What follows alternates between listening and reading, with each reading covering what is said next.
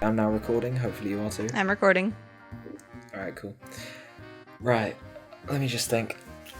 Gotta get in the zone in the new show. Gotta be a good intro, isn't it?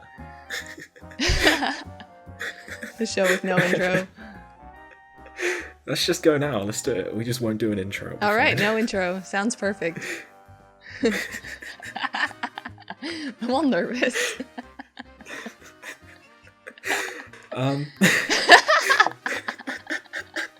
Stop giggling.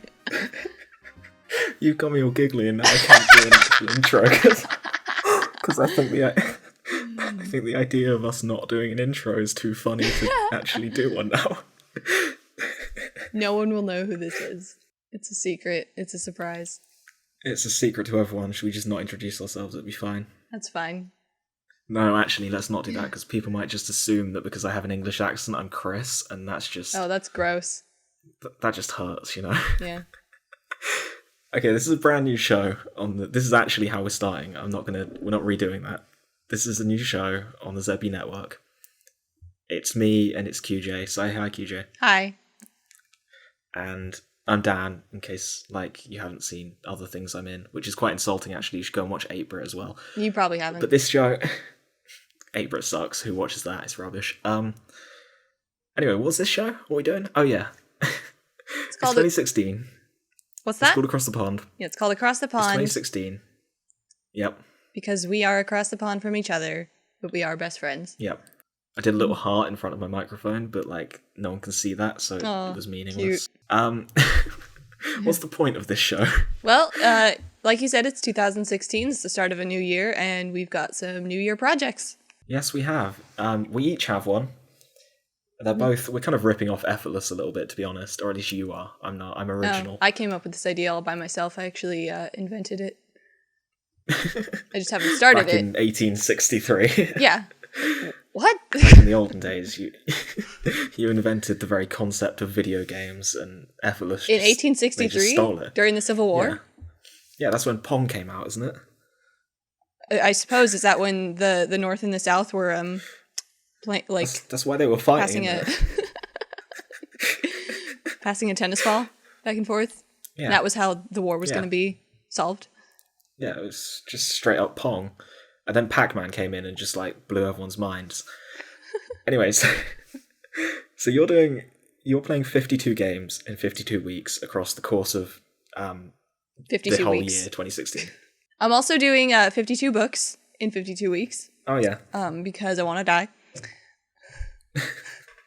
Because you have too much free time. I really do, and it's a serious problem that I have all this free time and I don't know how to handle it. The thing is, I'm not very good at motivating myself to do things that I like to do. There are all these games that Spiegel has on his shelves that he said, you should play this and this. And I say, I'm interested in playing this and that, but I can't make myself sit down and do it, even if I really enjoy a game. And oftentimes I have the same problem with books, and I've been a book lover my whole life, but it's hard to finish a book and feel productive or accomplished. So I feel like if I give myself a goal, I will just feel better about finishing these things. And when I'm sitting down and putting hours into them, I won't feel like I'm wasting so much time. Yeah, it makes it feel like there's actually a reason to do it and there's a point to it. And you're kind of obligated to do it. That's what I find. The moment you say you're going to do it as a project, you're kind of like, now I have to do it because I've told people I'm going to do it. Because we can't put something on the internet and then have it not be true. Yeah, because if we start this and it's like, oh yeah, January, it's the 52 video games, and then you haven't played any video games next month, it'll just be embarrassing for you, won't it? Or if you hadn't played any video games now, that would be a bit embarrassing, wouldn't it? No. All right. Do you want to just jump into your 52? How many we're recording this a little bit early so I can get it out on time, but we've had 3 weeks of January so far. How many games have you beaten? Shut up, Dan. Okay, so the thing is, I have been playing several games. Most of them have been on the Wii U, but there was an unfortunate incident recently where all of our data for all our games got deleted because of some problem with our external hard drive. So I was playing single player in Splatoon, and I was playing Captain Toad's Treasure Tracker, which I really enjoy. And then all that got erased, so I had to start over from the beginning, and all my Splatoon data got deleted, actually, so I was a level 30, and then I had to start over. And shockingly, I don't really mind that much because Splatoon's my favorite game, which isn't saying very much because I haven't played many games in my life. But I've just put more energy and enthusiasm into Splatoon than I probably have any other game. That's fair. But other than those two, which I'm still working on getting to the end, which I would have by now if that hadn't got deleted, which is only half my fault. I'm also near... Splatoon's single player isn't that long, so it probably won't be that difficult to catch up, will it? Do you remember it took me like 20 hours to play the first Portal? Yeah, but you've already played Splatoon quite a lot. Like, you can't be that bad at it. No, it's not that I'm bad at it, it's that I'm slow. Well, I'm bad at games in general. I'm not any worse at Splatoon than I am at any other game. I don't know, I feel like that Splatoon single player probably only takes about... I mean, to be honest, the most time you're going to spend in that single player is finding the levels, because it's just a pain in the ass. But anyway, also, you played Treasure Tracker, right? I have no experience with that game. No? All I know is you do puzzles and stuff. It is. They're really fun. I should probably pick it up, shouldn't I? The best thing about it is that list. Toad and Toadette are just so adorable with their little backpacks. They remind me of little hobbits just running around because... Well, and they can barely run. And they can't jump. And they kind of waddle. You can't do anything really that like Mario can do. So it's a really interesting transition when you start out because your character can't go very fast. It can't jump over stuff. And it has no attacks unless you dig a turnip out of the ground and throw it at a Shy Guy. So it's all about maneuvering around obstacles and not getting seen by enemies and, finding secret doors and passageways to find all the gems and hidden gold mushrooms. And it's helping my gamer instincts a little bit because as I play through the game, I'm finding that I'm seeing things differently than I normally do. And I'm having those moments where I'm like, oh, that's a bare patch of ground where there's nothing. I bet there's something secret over there. Whereas before I probably wouldn't have noticed something like that. The secret finding instincts are sort of... That is a very gamer thing. Mm-hmm. Like, we kind of underappreciate how inbuilt that is into us. But yeah, that is totally a thing, isn't it? Like, people who don't play games very often probably don't have that.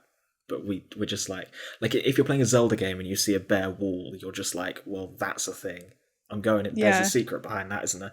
And whereas I would probably just walk right by and be like, is there something behind the wall? I would probably also walk right by because I don't really care about finding secrets. I'd just be like, yeah, screw that. I want to go kill more things. Yeah, but how do you know it's an unimportant secret or if it's something that is... Oh, it's probably just rupees or something. Like, who cares? I guess. It's a big problem I have with adventure games is I never know if the thing I'm trying to find is just a special little, like, dumb trinket or if it's, like, the secret key to the whole next world that I need to get to defeat the game. I don't know. Oh man, you'd be really bad in Skyrim then, because you'd just be hoarding everything. You'd just have like 1,000 cabbages on you. Cabbages. I actually had a friend who tried to do a playthrough of Skyrim where if he ever saw a cabbage, he would pick it up and he would never drop them or eat them. And he had to keep just like increasing his like carrying weight because he just had so many cabbages on him. It was ridiculous. Well, it's hard to know what you're going to need at the very end. Like in Pikmin 2, there is an item that you can't get and you can't complete the game unless you have, I think it's 100 purple Pikmin. And in order to end up with 100 purple Pikmin, you can't let more than like 20 get eaten throughout the entire game. Wow.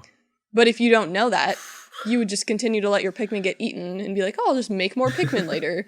And then you get to the end and you can't get the item and then you have to play the whole game over again. But I am super bad at Pikmin. Are you? I'm so irresponsible. I just let them. I would not be able to do that because I just let them die. I'm just like, screw it. I can make more. It's fine. Like in Pikmin 1, everyone is like one of my friends was just like, I can do it in like 16 days. And I'm like, it takes me the full 30 days because sometimes I have to take a full day to just recuperate all of my Pikmin because I'm so just like reckless with them. Like they're dying all over the shop. It's pretty bad. I'm really slow at it too. Pikmin 2 is one of the only games I've ever beaten. I haven't beaten Pikmin 2. I was only able to complete it because Spiegel was like, don't let your purple Pikmin die. And he was giving me help, even though I hate when he helps me on video games. Oh man, I still haven't. Pikmin 2, I got near the end. I got to like, I think the last area, and it was just, there were those enemies that could like, that actually had guns, and I was like, yeah, I'm done with this. This is just ridiculous. Like, I do not remember that. My enjoyment of Pikmin comes from enemies that I can just rush at, like, and just suicide some of my Pikmin at them and still win. Like, once strategy's involved, I'm gone. Like, nothing. I can't do it. But anyway, so you've played but not beaten 2 video games this month. Well, I was also playing Pokemon Heart Gold, so it's the 3rd game I'm playing. Oh, okay. Just haven't beaten. But now that everyone knows, it's going to be really embarrassing next month if I don't have all my games played. So right, yeah, next month we'll have to keep an eye on that. Everyone in the comments, in next month, February episode, if QJ hasn't finished Heart Gold, just be really mean to her or something. There's your motivation. YouTube commenters might be mean to you. YouTube commenters can't be mean. I've never seen that. That doesn't happen. What's that? Alright, so is that your 52-52? That's my 52-52 for my games. So that's the gaming 52-52. No games. 0 out of 4. 0 out of 3. We have 52-52s for so many mediums. Do you want to quickly go over your book one? Yes, I'm trying to read 52 books in 52 weeks as well, because motivation is just the key to my life, apparently. At the start of January, I started reading this series called The Penderwicks, and there's 4 books in the series. I'm in the middle of the 4th one right now, and these books are just incredibly wonderful. They're written for about, I want to say, like a 12-year-old age, but like for smart kids, because there's vocabulary in these books that I have to look up sometimes, and I don't think it's because I'm stupid.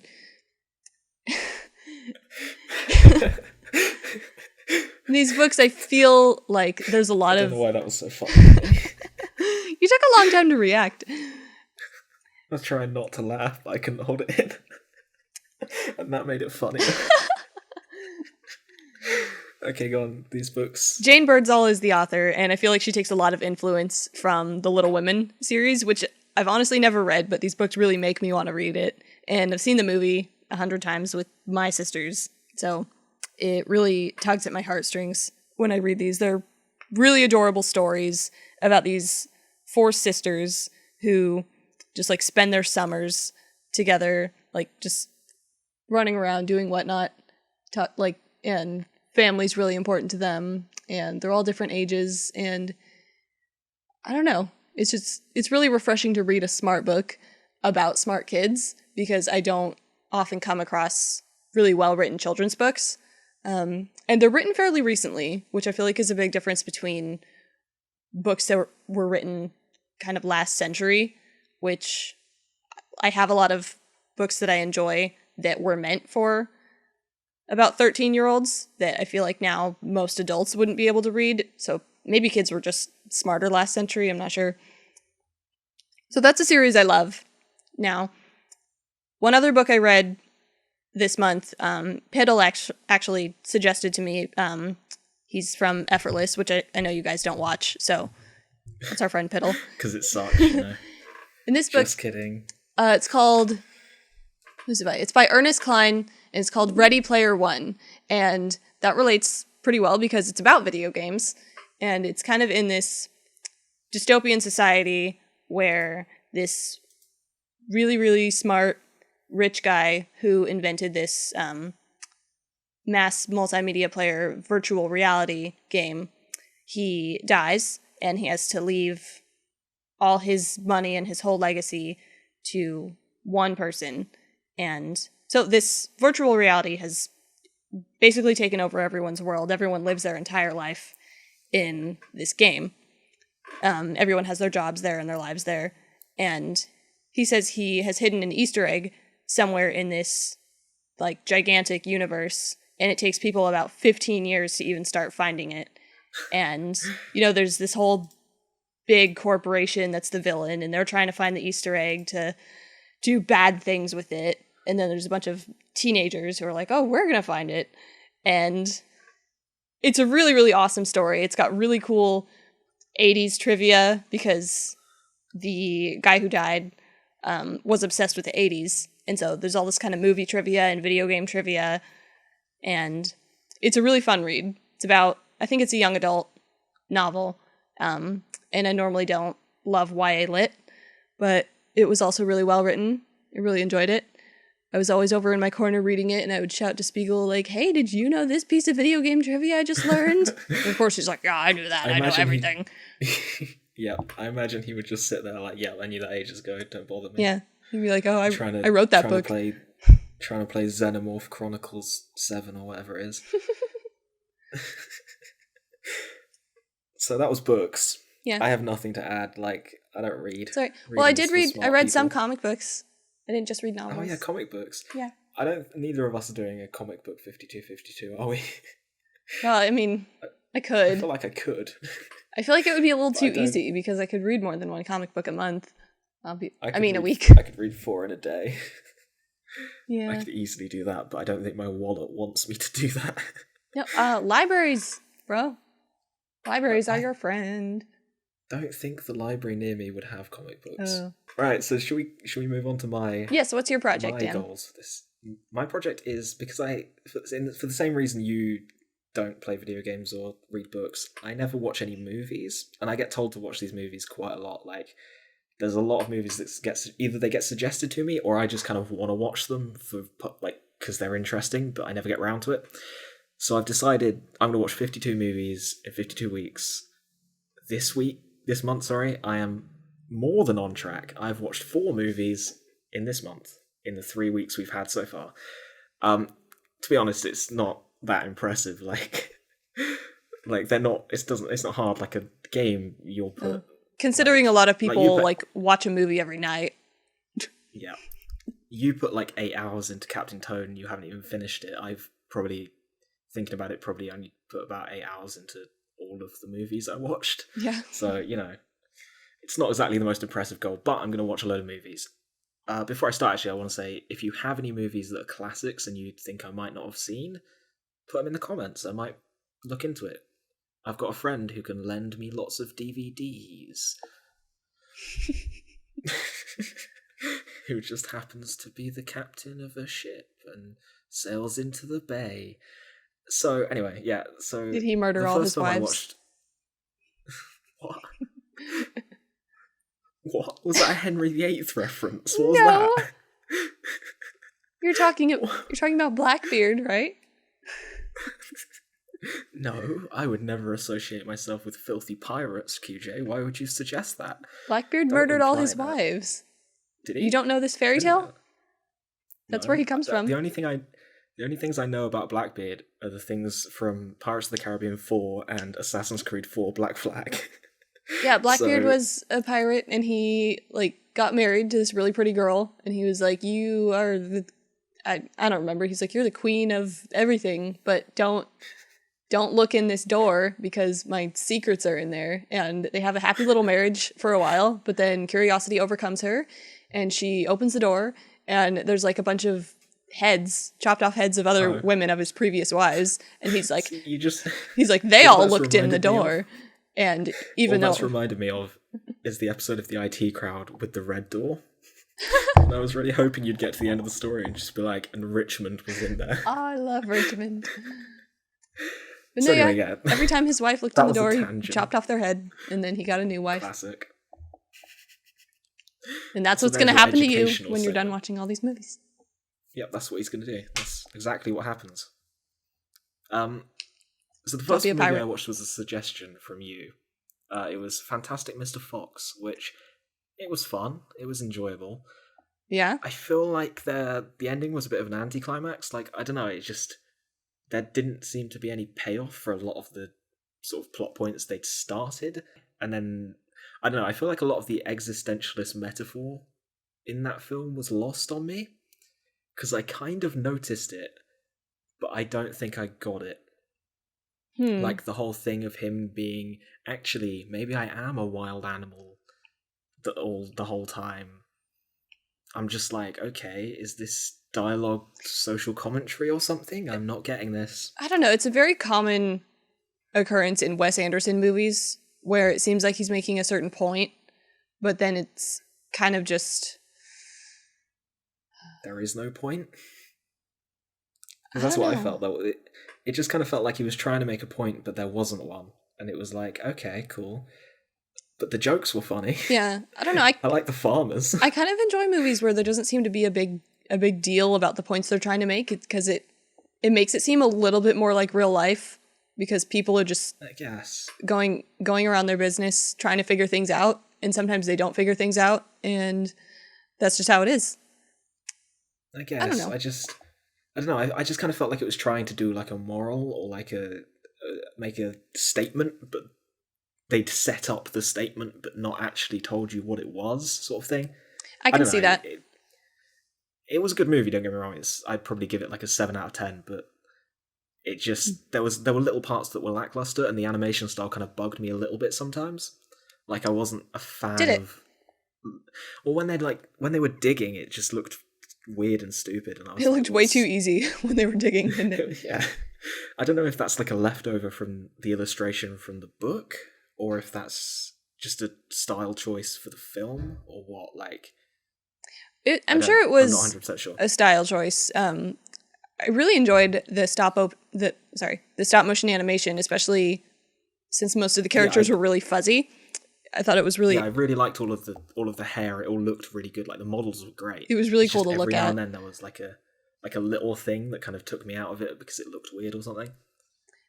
But yeah, it's a solid movie. It was good. I enjoyed it. My favorite part to look at was when they were all in the street near the end, and there was like a big dynamite explosion, and they used a bunch of cotton balls to make like the smoke of the explosion coming towards you. And I was like, those are cotton balls. That is I thought that was wonderful. Yeah, it was good. It was a fun movie. It had interesting characters. It's just that I feel like there was a payoff that we never got at the end. Perhaps. So that was a good movie. The next movie, you're probably going to learn this over the course of this 5252 in this show, is the fact that I'm a DreamWorks fan. Ugh.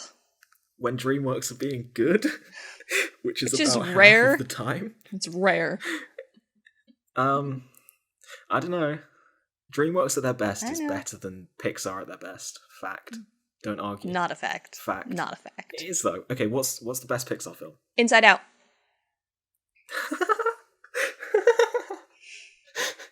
What? You didn't know this. Sorry, what? Is that true? Is that actually your favourite Pixar film? It's completely true. Oh, you're weird. I'm smart. I'd say Inside Out is like mid-range Pixar. Ugh. Okay, so Up is the best Pixar film. Fact. It's fine. Fact. And both Shrek and Shrek 2 are better than Up. And so is Megamind. I could probably agree with that. It doesn't make it the best Pixar film. Shrek 1 and Shrek 2 are probably some of the best DreamWorks films, though, and it doesn't get much better than that. Except... Yeah, it does. Megamind. I haven't seen Megamind. Megamind is like the best. Anyway, so what am I talking about? Your second movie. I find that DreamWorks films that, like, a lot of the time they just go under the radar and no one knows anything about them. Like, DreamWorks are horrible at marketing a lot of the time. So this film I had not heard of. Well, I'd seen posters, but I just completely didn't know anything about it. And then I was like, wait, this exists? So I went and watched it. And it's a film called Turbo, which is about a snail who goes fast. DreamWorks are not the most original story writers. It feels like DreamWorks, what they do is they have a dartboard with like things on them, and they just throw a dart in, and then they go, what does that thing not normally do? And like for Shrek, it's, oh, he's an ogre, so he's going to get the princess. For Megamind, it's, oh, he's a villain, so he's going to like win, because villains never win. And then like for the bee movie, it's like, oh, he's a bee, so he's going to not know what the deal is with airline food. So with Turbo, it's pretty uncreative. It's like, he's a snail, he wants to go fast, he becomes fast, and then he wins a race, right? Not a hugely interesting story. But there's kind of a little bit more depth to that, because the characters become really interesting, and like there's this really good dynamic between the main character Turbo and his brother that develops through the film, and just in the end it kind of pays off, and it's quite, it's quite a good developed story there. And also the supporting cast are the best. So you've got Samuel L. Jackson as a crazy snail, which if you didn't even if you don't enjoy the rest of the film, just Samuel L. Jackson in the role of a crazy snail is the best thing ever, so it's fine. It also has like Michael Pena, the guy, he's the guy in Ant-Man, like Scott Lang's friend, who's like Hispanic and a bit crazy. All right. And he's there as like a taco salesman. And he's awesome. And the whole film is just, there's just a lot of personality to it. There's a lot of fun there. It starts off slow, and then there's a point where it starts to pick up speed, and like the whole thing gets a lot faster, which I would suggest is like a metaphor. Like they deliberately had it start off slow and get faster because that's what happens within the plot. No, that isn't, like, it clearly isn't intentional. It's clearly just that they, messed up the pacing of the film. But I really want to believe that they did it deliberately. You get so deep into DreamWorks. DreamWorks is top. But yeah, they did the usual DreamWorks thing of it being like, it looks really good. Like, it's a fantastic visual sort of animation because, sure, like, well, yeah, they put all their best people in animation. They put all their worst people in writing. Shut up, DreamWorks are good. I know you're just mean. You're a hater. Yeah, that's me. I'm the meanie. Yeah, just mean old QJ. Then I watched Avatar. Speaking of not interesting films, Avatar is too long. It's just too long. Is that your only commentary? I remember so little of it because it's just like, it's so boring. It's so interesting. So like, there's some dudes and they want this like unobtainium, which kind of feels like James Cameron was writing the script and he sort of was like, I can't think of a name for this metal stuff, so I'm just gonna like put unobtainium in and then find and replace it later. I never noticed that. Then he forgot to like find and replace it, so it's kind of still called unobtainium. And if they did explain why, I don't remember, because quite frankly, I zoned out most of the time in that film. Then the evil corporation want to go and like take the world tree, and it's so boring. It's way too long and it's boring, and like it's a visual masterpiece, but when there's a visual masterpiece without any like meaningful story or depth behind it, it's just completely wasted and lost. So rip in peace, Avatar, James Cameron, you're bad. The fourth film that I watched was a visual masterpiece with personality behind it, unlike Avatar, because the fourth film I watched was Mad Max Fury Road, which is like the film that everyone kind of collectively loved last year. How was that? I haven't seen that yet. It's surprisingly good. Like, I was expecting it to just be like just explosions and cars flipping and stuff, which it is a lot of that, right? Don't go into Mad Max Fury Road thinking that it isn't going to be mostly about the explosions and the cars flipping. But there's also kind of a layer of actual character behind it, so you kind of actually do care about the plight of the characters and the story that's happening around them. And because like Max is not a traditional action hero. He's not like chiseled, handsome, and dashing and like charming. Like at the start, he actually is mad. Like he's a crazy person. And everyone treats him like a crazy person, like they treat him like a feral, like insane person, and then he slowly starts like opening up and becoming more normal as time goes on, but he's still a bit of a nutjob. And then like the other lead, Furiosa, is like the greatest female like protagonist in anything, and she kicks ass, and there's no like love interest or like dumb forced love plotline there, and it's so good.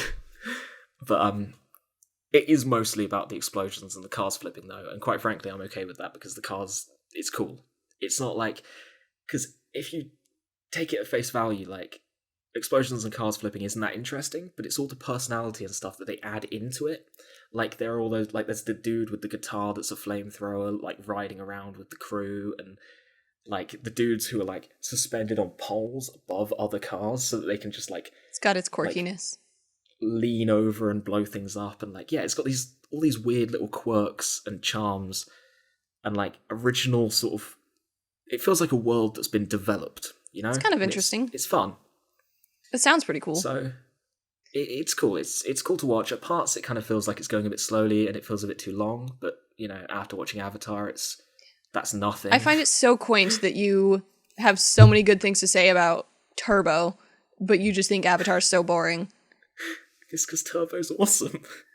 Turbo I has watched Ryan pieces of Reynolds as the Turbo main when character. I was tutoring a bunch of elementary school kids, and Yeah. I was just like, this does nothing for me. This is just nonsense. Yeah, but that's the point. It's so silly. It's like he's a snail and he races with the I don't. cars. I like my kids' movies, like Doesn't my make kids' sense. books, to be smart, like Fantastic Mr. Fox, which more adults like than kids because lots of kids aren't that smart. Well, yeah, but also Turbo has Samuel L. Jackson as a crazy snail. Yeah, but And it's Fantastic hilarious. Mr. Fox has George Clooney as a fox, which he is in real life. Oh, was that George Clooney? I didn't even Yes. notice. It's got a good Didn't cast. even notice. You should check that out. Well, cool. So yeah, the thing is though, QJ, I've tricked you here. Oh. Because I only watched 3 movies this month. I've thrown a dummy movie into the mix. Oh, what's that? And I want you to work out which one it is. It's not going to be that hard, to be honest. Sounds like it was Avatar. It was Avatar, yeah. Every month from now on, I'm gonna throw in an extra movie that I haven't watched, and I'm gonna try and blag opinions about it. And I'm gonna try and trick you into thinking That makes sense. I'm gonna try and trick you into thinking I watched something that I didn't. Well, you're gonna have to try a That little was a harder little next trial. month because I'm definitely gonna have to try it. Well, it was pretty easy when here's the all you said was it was boring and I zoned out. Well, you zoned out enough that you didn't even watch it. Here's the thing, though. I came up with this idea. I was like, "Oh, this would be really funny. It'd be great." And then I couldn't be bothered to research Avatar. I couldn't be bothered to read enough of the Wikipedia plot synopsis to develop an actual opinion on it. So I ended up just being like, "Yeah, screw it. I'll just say it was boring because the plot synopsis on Wikipedia is boring. So who cares?" Wow. So So, in the future, I'm gonna have yeah, to come up with some quiz questions, quiz you on the movies Just you're gonna have saying to, you're watching. Grill me on it. Do you want to know? I think I've got a plan for which movies I'm going to watch next month. So here's what you've got to look forward to. All right. I'm going to watch Deadpool because it's out in cinemas, and why wouldn't I? And predictions for next month. Either you're going to get me saying that I loved it and it was the best thing ever, or you're going to have me saying it's awful and it didn't respect the source material and I hate it. And I think I'm going to my prediction is I'm probably going to be leaning on the good side because from what I've heard, it is good and the trailers seem good, and I have faith that it could go the other way. And then I think I might go back and see Star Wars The Force Awakens again and just count that as a rewatch because I might allow myself some of those. But I don't know. I might not. And then I'm not sure what else I'm going to watch. So leave me a comment with films that you think are good that I might not have seen, which is probably a lot of them because if it's considered a classic, I probably haven't seen it. Yeah, I give you lots of suggestions and you don't watch them. So, but this year you will. Yeah. Yeah, and leave me comments too about your favorite games and what games you think I should play. Keep in mind, I'm not much of a gamer. I've mostly played Pokemon my whole life. I've played the Portal games, and I've finished Pikmin 2, and I've played bits and pieces of other games here and there, but I'm not that experienced. My gaming knowledge is not very well ranged, so give me some suggestions. I'll take them. Yep. So as far as I can tell, you kind of want puzzle games. I do love puzzles. I didn't talk very much.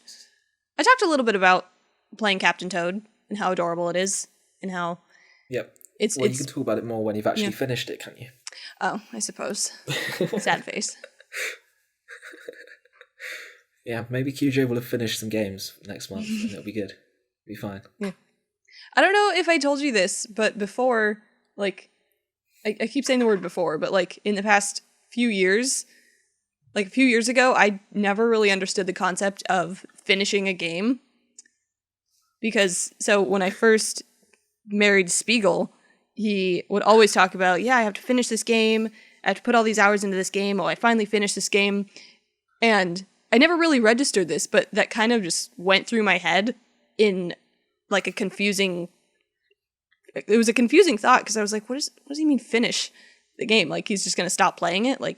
he's put enough time into it. Like, I didn't realize that games had endings and that, like, you finished all your levels and goals and that the credits rolled by. I realized it's because when I was a kid, when I was about 7 years old, my older sisters had a Super Nintendo and I think an NES, and the games I played most of my childhood were Pac-Man, Dr. Mario, and Tetris. Yep. And Yep. the games which, to my knowledge, do not have endings. Although, in reading Ready Player One, I realized Pac-Man does end. Because and there's there's a kill screen, doesn't it? Like an end yeah. screen? And well, there's like, or something. there's a highest score that you're able to get, like if you play through the entire game and never lose a life. Is it Pac-Man that if you reach a certain point, it just glitches out and gives you a screen that's completely unbeatable, or is that Donkey Kong? I know one of them. Probably Donkey Kong, was it? Because I think Pac-Man has like an ending. Okay. But those were games I just played nonstop. I also played a little bit of Lion King, which I was never able to get past like the first level, but I played it 100 times because I was a kid and I didn't care that I was playing something repetitive. But I never realized, because of that, I never realized that games ended. And so something I've learned concept, yeah. in my adult life is that you can finish a game and then move on to the next one and have that accomplished.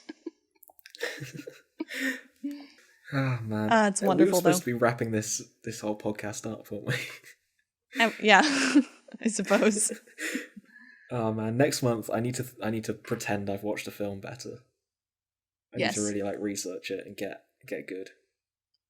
That was a good intro to your little your tricky little game though, because I didn't suspect that you hadn't actually watched it until you told me that you'd faked it. Yeah, because it's very easy to pretend you've watched Avatar because you just say it's boring and everyone believes you.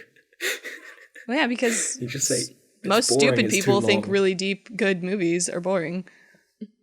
I feel like that was a joke, right? Because Avatar isn't. Isn't what? Or like, you're not? Are you saying you're not stupid? Isn't Avatar just like? I mean, I am stupid, but isn't Avatar just like a cut and paste like Pocahontas story?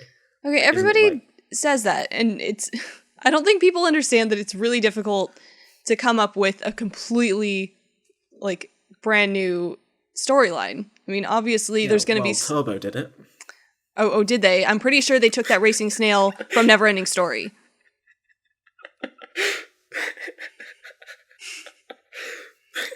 Sorry. I can't believe you took me seriously then.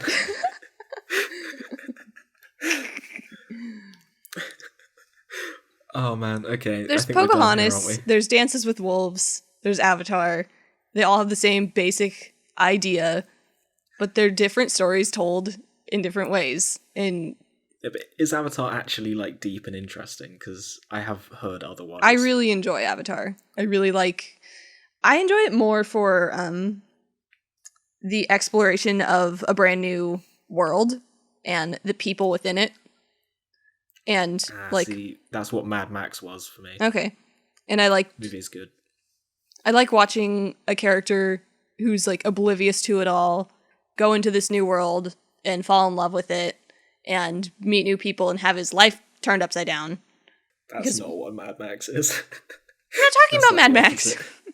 I know, I made a Mad Max comparison before and like I just realised it fell apart with the next sentence you said. Because with Mad Max it's like everything is horrible, everything is broken, the entire world is dead. Oh, it's good. That's what happens after the Pocahontas story.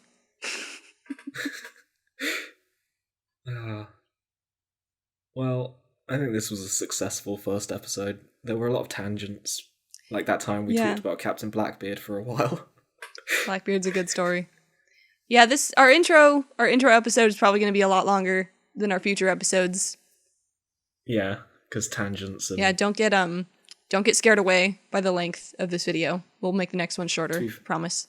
To be fair, when I cut the technical difficulties out, it will probably be pretty short. So no, you should just leave them in. See who our true followers are. There's a good minute of silence. There's a good minute of silence where it's occasionally just me going, "QJ, please, are you there? QJ, no." I was just singing the whole time. Next time we have a technical blip, we should like like you should sing a part of a song and I'll sing a part of a song, but we won't be able to hear each other, and then we can see how well it matches up in Audacity. We'll just both sing All Star by Smash Mouth. It'd be great. Because, you know, somebody once told That's me. not a duet. Yeah, but, like, it could be. What's stopping it from being, like, an epic duet song, like a power ballad? The fact that I'm not going to sing that with you, that's what's going to stop it. Why not? Why not? Because I like making you sad. Oh, man, I'm going to cry now. I'm actually going to cry. Yeah. Okay, we'll sing Bad Reputation by Joan Jett and the Blackhearts. I don't know that song. Why are you only picking songs from Shrek? I was really hoping you wouldn't realise that was picking only songs from Shrek. We should also do Hallelujah. And I'm on my way. I'm sorry. By the Proclaimers. Say that word again. It's Hallelujah. That's how he sings it in the song. It's a column that's a broken Hallelujah. Hallelujah. Yeah, well, I'm English. I say things properly. Deal with it. Oh we invented the language. I'm pretty sure the Germans did. Yeah, well, they have their own language now. We stole this one. I'd be down with singing Hallelujah. It's a good song. I don't have the range for it that we need to change the key. Also, I can't unhear the Waluigi version, so... Oh my gosh, please never show that to me. It's a cold and it's a broken Waluigi. This is the most rambly outro I've ever heard. How many times have we said goodbye now? Goodbye, everybody. Bye. See you at the end of February. Yeah, see you at the end of February, where QJ should have played some games and I should have watched the movies. Bye. Bye. Bye. Bye. Bye. Bye. Bye. Bye. Espeon, say goodbye.